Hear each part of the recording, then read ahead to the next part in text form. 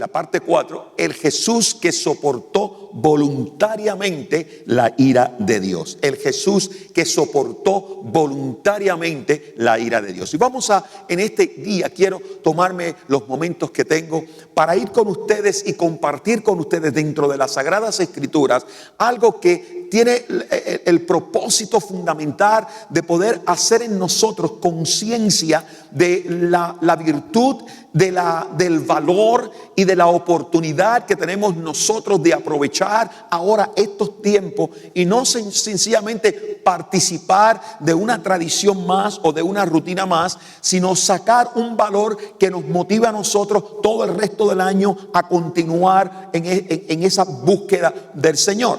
La semana, amados, la semana de la muerte y pasión de nuestro Señor Jesucristo marca la culminación, marca el final del ministerio de Jesús.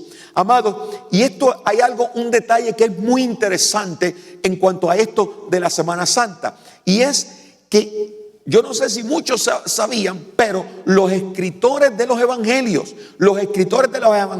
hablaron más de la última semana de Jesús, de su muerte, de su pasión, de su sufrimiento, de lo que Él pasó. Hablaron más todo de esta última semana que del resto de la vida de Jesús. En los evangelios ellos aportaron más en esto que el resto. Ahora, en la Biblia nada es casualidad. En la Biblia las cosas no son así.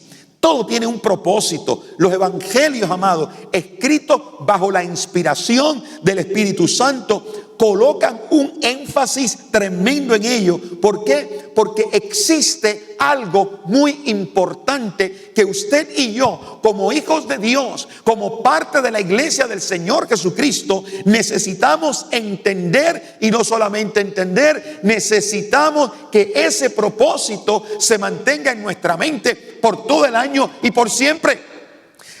La fe cristiana se basa precisamente y descansa precisamente en la muerte de nuestro Señor Jesucristo. Porque ningún otro líder religioso de ninguna religión del mundo tiene lo que nuestro Señor tiene, ni pasó por lo que nuestro Señor Jesús pasó. Amados, lo repito, no es casualidad. No es casualidad que los evangelios destacaran esa semana más que ninguna otra cosa. Nada en las escrituras viene por casualidad, sino que todo estaba concentrado en los evangelios, en específicamente que nosotros entendiésemos sin ningún lugar a duda cuál es el plan y la voluntad de Dios. Esa última semana del ministerio de Jesús responde a una promesa hecha por el Padre desde el comienzo de esta humanidad, cuando Adán y Eva cayeron de la gracia de Dios, y en Génesis capítulo 3 el Señor hizo provisión para la salvación del hombre. Todo lo que el diablo quiso destruir en aquel entonces, en esta semana se arregló todo. En esta semana se pagó un precio. Si de algo yo estoy, amados, completamente convencido, es que lo menos que el Señor Jesucristo hubiese deseado en su vida es que nosotros, la iglesia del Señor, convirtiese la acción, lo que Él hizo, lo que Él realizó en esa última semana, convirtiésemos todo eso, amados, en una tradición religiosa que solamente lo único que destacan es el sufrimiento de Jesús. El sufrimiento de Jesús es una realidad, pero eso no es lo que destaca esta semana. El valor de esta semana no está en todo lo que Jesús pasó, está en lo que significa eso que Él hizo en esa semana. Y de qué manera ello es de gran importancia para nuestras vidas. Muchas personas, amados, en esa época habían muerto en las cruces romanas. Sin embargo, la muerte de Jesús en una cruz romana quedó registrada en la historia. Hasta el día de hoy sigue siendo la historia más leída en este mundo. ¡Aleluya! No hay una historia que haya sido más leída, más consultada, más analizada, más estudiada que la muerte de nuestro Señor Jesucristo. Mi alma te alaba. Estudiada por creyentes, por teólogos, por ateos, por gnósticos, por budistas. Hasta Mohammed escribió de Jesús. Entonces, la figura de Jesús, sobre todo en esta semana, es trascendental para nuestra fe como creyente. Ahora, para que nosotros podamos apreciar la trascendencia, y escucha bien lo que te voy a decir, para que nosotros podamos apreciar la trascendencia del valor de lo que significó la muerte de Jesús, fíjate que te voy a decir algo que es interesante. La cruz del Calvario tiene un valor para nosotros increíble. Amén. Porque es el símbolo, es aquello que nos identifica a nosotros, ¿no? Amén. Es lo que nos identifica, es lo que nos marca, ¿no? Ven esa cruz, saben que somos cristianos. No les resto importancia, porque en la cruz del Calvario se pagó un precio para que tú y yo estuviéramos parados en este día, sentados aquí en este lugar y disfrutando de las bendiciones que todos disfrutamos. Sea su nombre alabado, ¿no? O sea, que es importante. Sin embargo, para que nosotros podamos entender la profundidad de esa semana, no es tanto la cruz, sino lo que sucedió en el jardín de Getsemaní. La realidad de todo eso se circunscribe. La cruz del Calvario fue el resultado final de la semana de Jesús. Pero el jardín de Getsemaní encierra la virtud y el misterio de lo que estaba en el ministerio de mi Señor Jesucristo. Mi alma te alaba, Jehová. ¿Tú sabes por qué? Porque el sufrimiento y jornada de Jesús hacia la cruz del Calvario, ¿sabes qué? Fue un asunto profético en lugar de haber sido una decisión de hombre que intentaba detener el avance de un líder religioso de esa época. ¿Estamos aquí? El sufrimiento de Jesús hacia la cruz del Calvario fue un asunto profético. Y amado, digo esto porque por tradiciones nosotros a veces nos hemos dejado llevar por tradiciones que aún ni nos pertenecen. Cuando nosotros hemos aceptado al Señor como nuestro Salvador, hay ciertas tradiciones que tenemos que dejar atrás. Pero sin embargo, por alguna razón hay ciertas cosas que se quedan pegadas en nosotros. Y cuando estamos nosotros en esta semana mayor y estamos viendo las cosas que pasan, realmente colocamos un sufrimiento tan grande, una importancia a ese sufrimiento tan grande. Y no tan solo eso, la iglesia que comenzó a surgir de los apóstoles en el siglo II, siglo III, siglo IV, o sea, 300 y pico de años, 300, casi 400 años después de la muerte de Jesucristo, amado, esa iglesia comenzó, esos creyentes, esa religión que sale de ahí, de todo ello, comienza a enfocarse en ese asunto de la muerte, del sufrimiento, y ahí ya comenzaron a surgir, de ese periodo comienza a surgir un sentimiento antisemítico. Y cuando yo digo un sentimiento antisemítico, comenzaron a desarrollarse una generación de cristianos, siglo IV, V, ahí, de cristianos que comienzan a tener odio hacia el pueblo judío. ¿Por qué? Porque solamente miraban la historia de la jornada de Jesús y todo lo que podían pensar, esos judíos malvados, mira qué malos son, como mataron a nuestro Jesús, como lo atropellaron, sin darse cuenta que el que iba a la cruz era judío. Pero nos enseñaron, y amado, yo fui uno que yo crecí en la religión, ¿no? Crecí y una de las en la religión tradicional. Y de chiquito a mí se me enseñó que los judíos eran malos, que los judíos habían matado a Jesús. Y se me enseñaron todo ese montón y crecí con una aversión hacia los judíos. No, hasta que conocí al Señor, hasta que leí las Escrituras, hasta que me di cuenta que el Señor Jesucristo fue a la cruz del Calvario porque nos amó y porque el Papa fue quien lo mandó para allá. Mi alma te alaba, Jehová. Que nadie tuvo que ver nada con eso. Ahora bien, Al principio te dije que este sermón se llama Jesús que soportó voluntariamente la ira de Dios. Y quiero que nosotros podamos pensar por qué razón Jesús soportó algo tan tremendo. ¿Por qué un hombre inocente que viene a la tierra, que nace de ser humano, el Dios hecho carne, el Hijo del Dios viviente, por qué Él soportó todo esto? Amado, y lo que yo quiero que en esta mañana tú entiendas y nosotros entendamos es que lo que Jesús soportó, lo soportó porque fue un asunto divino y no humano. Aquí el hombre no tuvo que ver nada, excepto que por el hombre fue que Él dio su vida. Mi alma te alaba, Jehová.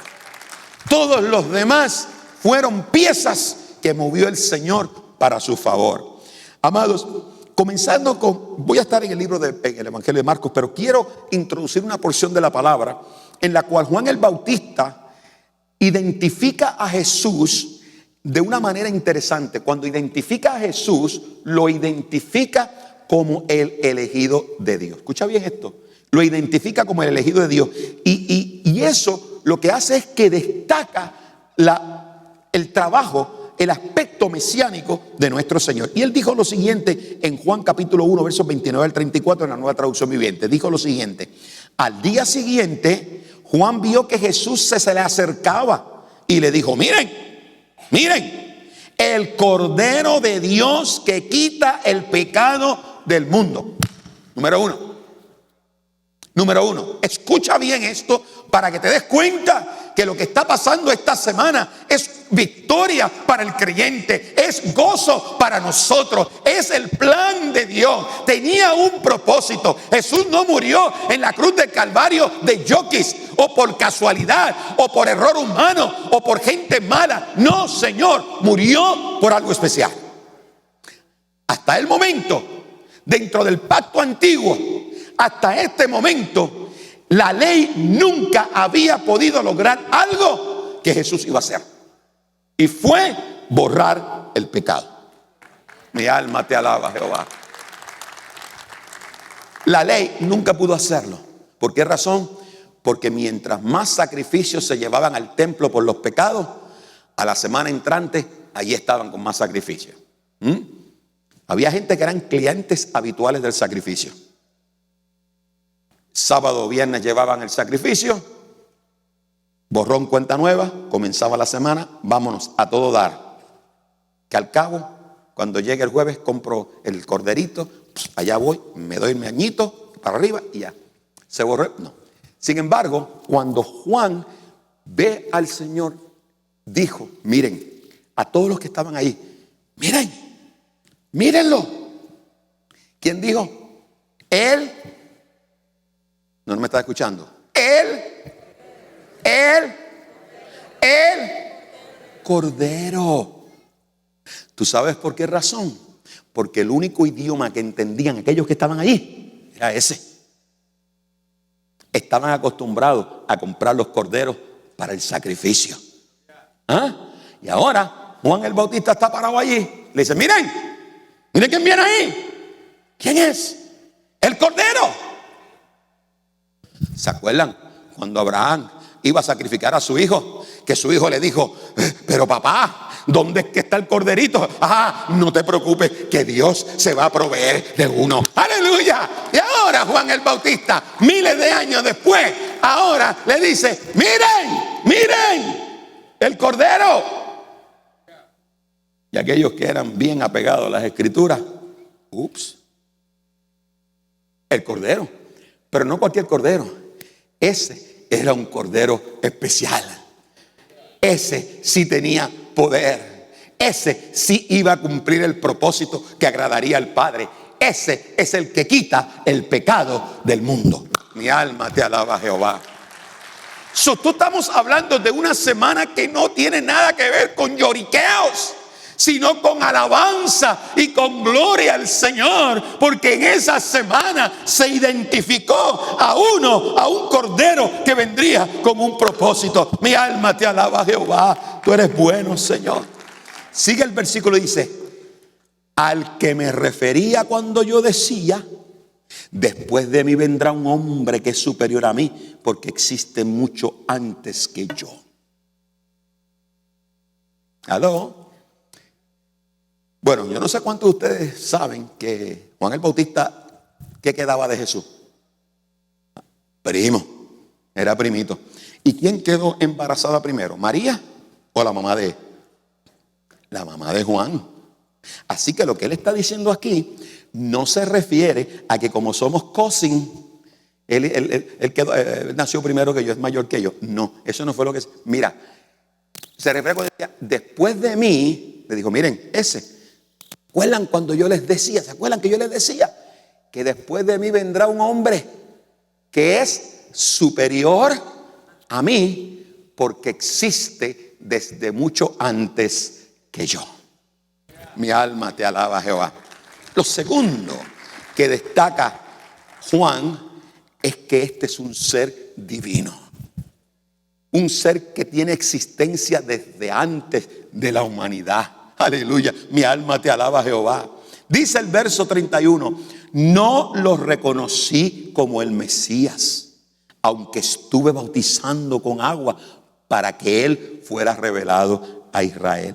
Entonces, un detalle interesante que da él, Juan el Bautista, escuchen bien esto, que cuando Juan el Bautista todavía estaba bautizando y estaba haciendo todas esas cosas, él sabía que venía algo. Pero dice, todavía yo no había recibido una revelación, todavía yo no sabía que ese Jesús, mi primo, ese, el hijo de Titi María y tío José, el hijo de él, yo no sabía verdaderamente quién era.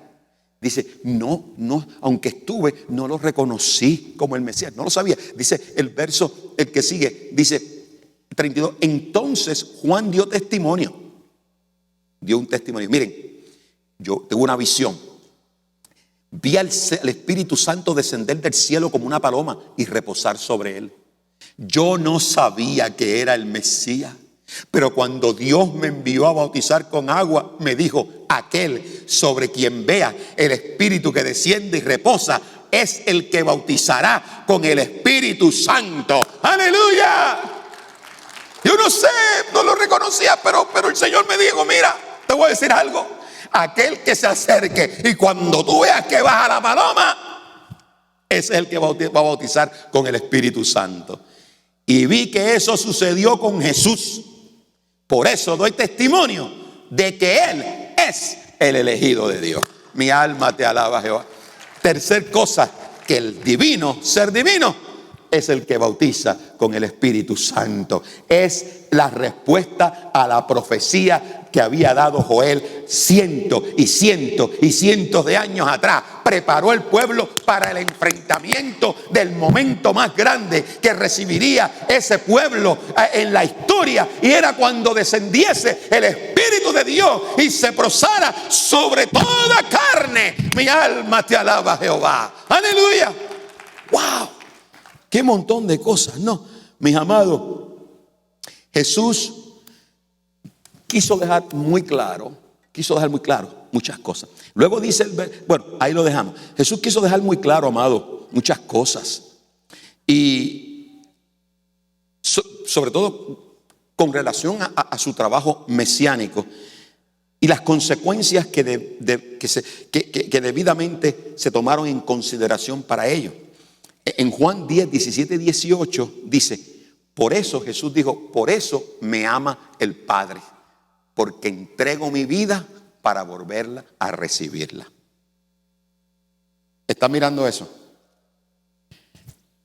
Los judíos no mataron a Jesús porque querían, es porque Dios los puso en medio de su plan. No mataron a Jesús porque a ellos les dio la gana, es porque Él dijo, por eso es que el Padre, ¿qué? ¿Cómo? O sea, que el amor del Padre para con el Hijo descansa en el que el Hijo entregó su vida. Pero no se quedó ahí, dijo, la entrego, papá, daddy, la voy a entregar, but I'm going to take it back. Pero yo me la voy a regresar otra vez, la voy a tomar para atrás. Dice, nadie me la arrebata, nadie, sino que yo la entrego por mi propia voluntad. Tengo autoridad para entregarla y tengo también autoridad para volver a recibirla. Este es el mandamiento que recibí de mi Padre. Mi alma te alaba, Jehová.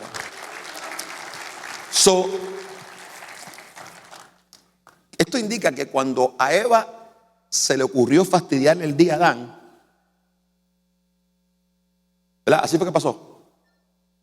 Eva decidió fastidiarle el día a Adán. No, hermana, no se deje decir eso, ¿ok? El día que Adán y Eva cayeron de la gracia del Señor, el diablo pensó que todo se había acabado, que le había dado el golpe mortal. Pero en el cielo hubo una junta inmediatamente de emergencia. El Padre mandó a llamar al Hijo y al Espíritu Santo. Se sentaron a la mesa y le dijeron: ok, Junior, ahora entras tú. Vas a ir a dar tu vida. Vas a arreglar este asunto. Tú vas a arreglar este asunto. Y al Espíritu Santo y tú vas a ir cuando esto pase, vas a llegar. O sea, ya el plan estaba listo. Nadie me la arrebata, la entrego y tengo también autoridad para volver a recibirla. Este es el mandamiento que recibí de mi Padre. La muerte en la cruz del Calvario fue un mandamiento. Hay tres cosas importantes que quiero dejarle a ustedes de ese versículo. Mire, porque muy pocos versículos, amados, dicho sea de paso, en el Nuevo Testamento nos dicen tantas cosas en pocas palabras. Lo primero, nos dice que Jesús miró toda su vida y la miró como un acto de obediencia. Lo primero que el Señor nos enseña con esto es que la vida para un creyente tiene que ser un acto de obediencia. ¿Sabes para qué? Para que no andemos quejándonos de las cosas que estamos pasando. Para que no nos andemos quejando cuando las cosas nos salen mal. Para que no andemos quejándonos en la vida cuando pasamos por situaciones las cuales no esperábamos, cuando estemos enfrentando momentos que no estaban dentro de nuestros planes. Yo quiero decirte, la vida de un creyente no se basa en las circunstancias que vivimos. La vida del creyente se basa en nuestra obediencia a Dios. Lo que pase es el precio que se paga. Amado, y Jesús lo hizo. Y Él no estuvo dispuesto a pagar el precio hasta lo último. Amado, aunque Él poseía, Jesús tenía una relación única. Bueno, era el Hijo del Dios viviente. En Mateo capítulo 26, verso 39, dice la palabra: yendo un poco más allá, se postró sobre su rostro y dijo: Padre mío, si es posible, no me hagas beber este trago amargo, pero no sea lo que yo quiero, sino lo que quieres tú. ¿Sabes una cosa? Es que hay un punto muy importante, un principio muy importante, y yo no quiero que tú te lo pierdas de vista. Tanto para Jesús como para nosotros, amados, la posición de hijos nunca puede basarse en ninguna otra cosa que no sea en obediencia. Eso es un principio que si algo quieres aprender esta mañana, yo quiero que tú aprendas eso. Tanto para Jesús como para nosotros, la posición de hijos nunca se podrá estar basada en ninguna otra cosa que no sea en obediencia. La obediencia es lo que va a caracterizar mi posición. No en el que yo lleve el apellido o el que tenga la herencia más grande, es en la obediencia. Lo segundo es que este versículo de Juan, capítulo 10, versos 17 y 18, nos dice que Jesús, cuando hizo una apreciación, escuche bien por qué le digo esto, porque nosotros nos quedamos a veces en el sufrimiento de la cruz y no vimos la gloria que está detrás de la cruz. No me escucharon. Nos miramos nada más el sufrimiento y no la gloria que está detrás de todo eso. Tú sabes una cosa, que cuando Jesús hizo una apreciación, para Jesús la cruz y la gloria eran lo mismo. Lo mismo. Jesús nunca dudó que Él tenía que morir y de la misma manera tampoco dudó que Él iba a resucitar. Y la razón detrás de todo ello fue su confianza en Dios. Él estaba seguro de una cosa, que en medio de todo esto, el Padre nunca me va a abandonar. Yo no sé cómo enfrentas tú tus problemas en la vida, tus agonías o tus aflicciones. No te estoy diciendo que las enfrentes sonriéndote y no te preocupes si esto es pan comido. Que venga todo lo que venga. No, hombre, aquí estoy. Ponme todas las que quieras al frente. Eso no es verdad. Eso no es verdad. Nadie se goza Y nadie se alegra de las pruebas. Nosotros nos gozamos en medio de las pruebas. Pero nadie se alegra de las pruebas, no. Pero lo importante es tu perspectiva en medio de las circunstancias. Bueno, ¿por qué razón? Porque Jesús nunca dudó que Él tenía que morir, pero tampoco dudó que Él resucitaría. O sea, en otras palabras, yo voy a pasar por esto, pero al final esto es lo que viene. Yo no sé cómo tú estás atravesando tu circunstancia, pero una cosa yo sí sé, que de la misma manera que Él confió en el Señor, en su Padre, y Él sabía que el Padre estaría con Él, Jesús nos dejó a nosotros una promesa y nos dijo: y yo estaré con vosotros todos los días hasta el final, dice el Señor. ¡Aleluya! Se repite en nuestra vida el mismo principio.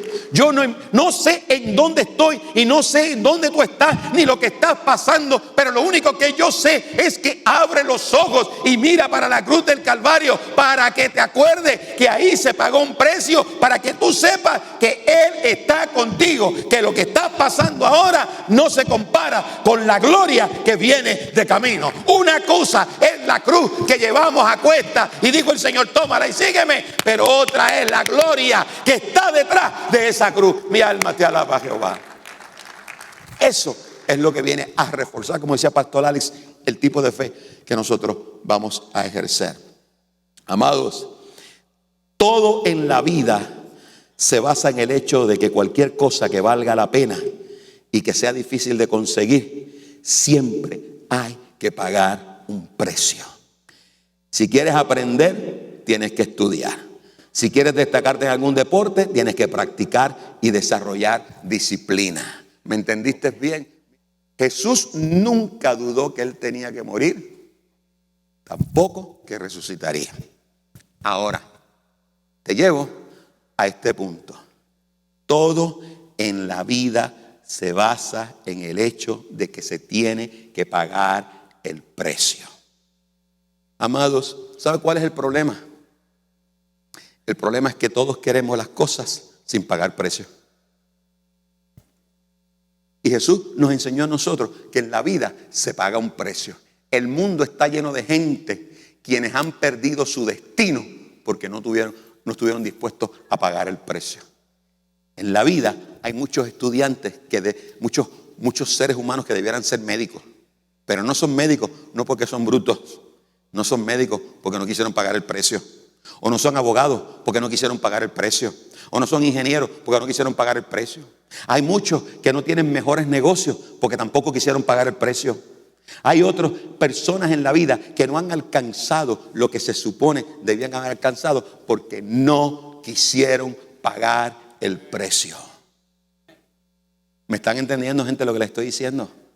Si alguno tiene oído, que oiga lo que dice el Señor. Nadie puede tomar la vía más fácil para entrar en la gloria. Nadie. Pero tampoco te garantizo que nadie puede tomar la vía difícil y fallar en alcanzar esas cosas. El que paga el precio alcanza los beneficios de ese precio. Jesús alcanzó los beneficios.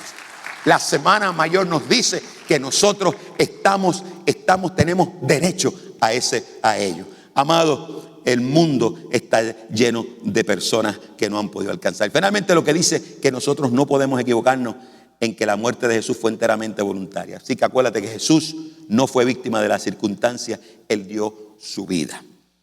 En el libro de Marcos, el Evangelio de Marcos, el capítulo 14, cuando Marcos se introduce en esta parte se introduce citando una parte profética en Zacarías 13:7, y él dijo lo siguiente: cuando hubieron cantado, Marcos capítulo 14, verso 26, Reina Valera, cuando hubieron cantado el himno, salieron al monte de los olivos. Ese himno era un salmo, ellos cantaban un salmo, se llama, para los hebreos, se canta sobre todo en las épocas de la Pascua, la celebración de la Pascua, se cantan a veces también en la celebración del Shabbat, y se llama el Jalel. Y el Jalel son himnos que se cantan, que se extraen de los salmos. Y eso fue lo que Jesús estaban cantando. Estaban cantando un Jalel, un himno. Entonces dice que habiendo cantado el himno salieron al monte. Y entonces Jesús le dijo: todos se van a escandalizar de mí. Los advirtió esta noche. Porque escrito está: heriré al pastor y las ovejas serán dispersas. La última semana, Jesús la comienza dejándole saber a sus discípulos: ustedes son seres humanos que si no se cuidan, me abandonan. Una persona por aquí, por el medio, fue el que entendió lo que dije. Los demás. Repito otra vez. Eso nos enseñó a nosotros que Jesús lo advirtió. Cuídense porque existe un peligro. Si no están conmigo, están contra mí. En otras palabras. Si no están, esta noche, todos ustedes van a correr. Pero qué bien que van a correr. Hasta el discípulo amado salió pitando las llantas. Y el más machote de ellos, yo no. ¿Tú no? Mira, el gallo va a cantar y 3 veces me vas a negar. Y hasta una maldición te vas a echar. Lo segundo que voy a dejarte con este pensamiento es que en lugar de las emociones humanas no fueron suficientemente para detener la voluntad del Padre. Y ese fue el Getsemaní. En el Marcos capítulo 14, verso 32 y 33 dice: vinieron pues a un lugar que se llamaba Getsemaní. Y dijo a sus discípulos: sentaos aquí, entre tanto que yo oro. Y tomó consigo a Pedro, Jacobo y a Juan, o Jacobo también se llama Santiago, Pedro, Jacobo y Juan, y comenzó a entristecerse y a angustiarse. Y le dijo: mira, mi alma está muy triste hasta la muerte. Quedaos aquí y velen. O sea, cuando Jesús llega a Getsemaní ocurre algo interesante. Él siente una presión enorme. Él siente una tristeza profunda. Él siente algo duro. Y se llevó a sus 3 más íntimos. Y le dijo: quédense. Comenzó a entristecerse y comenzó a angustiarse. Y dijo: mi alma está triste hasta la muerte. Quédense conmigo aquí y velen. En otras palabras, está diciendo: oren. Y yéndose un poco adelante, se postró en tierra y oró que si fuese posible pasase de él aquella hora. Y decía: Abba, Padre, todas las cosas son posibles para ti. Aparta de mí esta copa, mas no lo que yo quiero, sino lo que tú. Wow. O sea, ¿se puede imaginar lo que el Señor estaba sintiendo en aquel momento? Lo que Él estaba experimentando. O sea, mi Señor Jesús, el Hijo del Dios viviente, el Dios hecho hombre, está experimentando una tristeza profunda, un miedo, un terror. Él lo dijo: mi alma está muy triste hasta la muerte. Ahora, en el Evangelio de Lucas da un detalle interesante. El Evangelio de Lucas da un detalle interesante. El Evangelio de Lucas dice: y estando en agonía, oraba más intensamente. Y era su sudor como grandes gotas de sangre que caían hasta la tierra. Lucas nos dio un detalle y nos dice: miren, ese momento fue tan duro que él oró con tanta que el sudor era como sangre. Bueno, en aquel entonces no sabían algo que les voy a enseñar ahora, que está en la próxima lámina, que lo que Jesús estaba experimentando tiene una explicación médica. Eso que él estaba viviendo se llama hematidrosis. Y amado, si usted se da una cortadita aquí en la frente, usted va a sangrar, pero muchísimo. Cuando usted ve todo ese chorro de sangre y usted se seca y ve una cortadura así de chiquita, porque aquí hay muchos vasos sanguíneos y son bien delicados. Y cuando hay una presión fuerte, una tensión fuerte, una presión fuerte, se pueden quebrar. Y eso fue lo que le pasó, hematidrosis. Debido a esa presión o miedo, las venitas de la glándula sudoríparas se contraen. Entonces se dilatan y eso causa que se rompan y comience a sangrar. Jesús estaba en ese momento, era tan intenso el momento que él estaba viviendo, tan duro, tan difícil. Fue en su parte humana tan duro que comenzó a sangrar. Wow. Yo le estoy diciendo todo esto porque no quiero que ustedes aprendan medicina. Le estoy diciendo todo esto para que ustedes puedan realizar la profundidad del dolor de Jesús. Ahora, si Jesús nunca antes había sentido miedo por nada, ¿qué está pasando ahora? Lo que Jesús, amado, estaba experimentando era un terror, pero no por lo que había de enfrentar, pero porque en su ser él pudo experimentar lo que se conoce en la palabra como la copa de la ira de Dios. Jesús nunca tuvo miedo por sí mismo.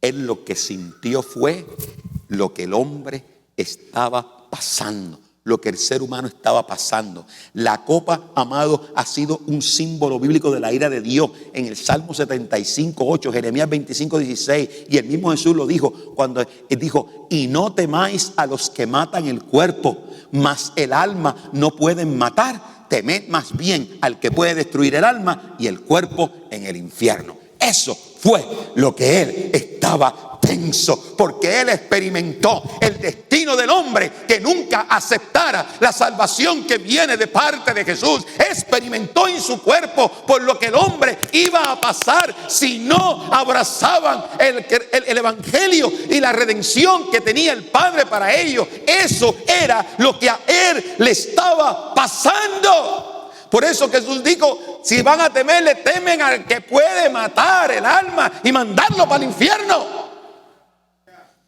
Él tomó todo ese peso. En otras palabras, amado, Jesús no tenía miedo de lo que iba a pasarle a él, sino al terror de lo que los hombres enfrentarían sin su salvación. Quiero terminar con esta porción de la palabra. Con esto termino. Isaías 53:5. Isaías 53:5 nos dice a nosotros lo siguiente: mas él herido fue por nuestras rebeliones, molido por nuestros pecados. El castigo de nuestra paz fue sobre él, y por sus llagas fuimos nosotros curados. Cuando nosotros hablamos de esta semana, la última semana de Jesús, estamos hablando de algo extraordinario.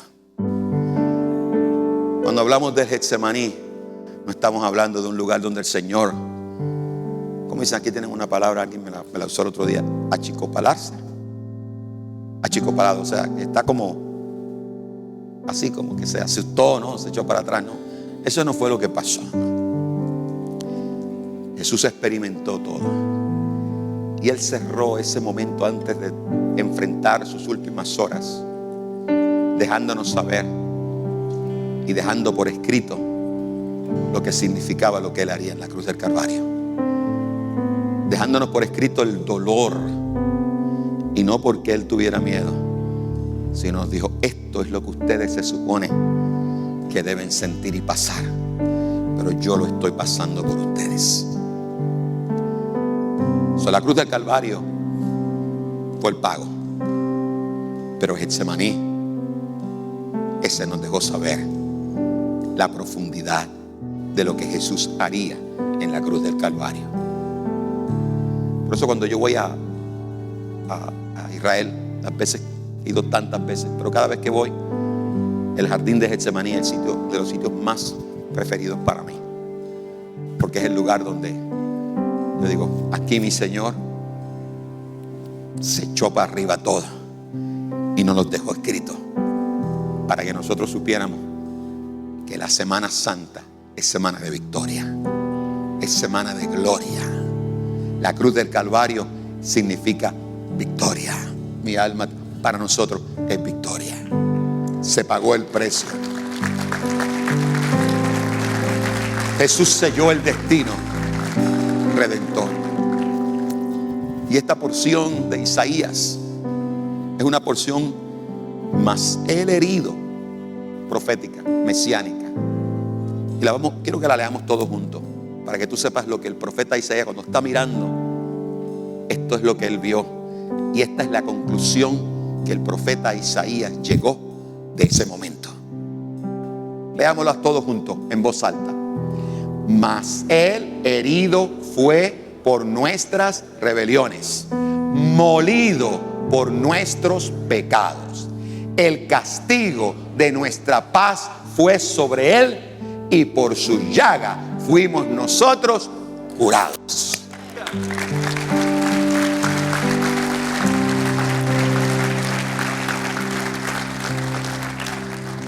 Ese es el significado, amado.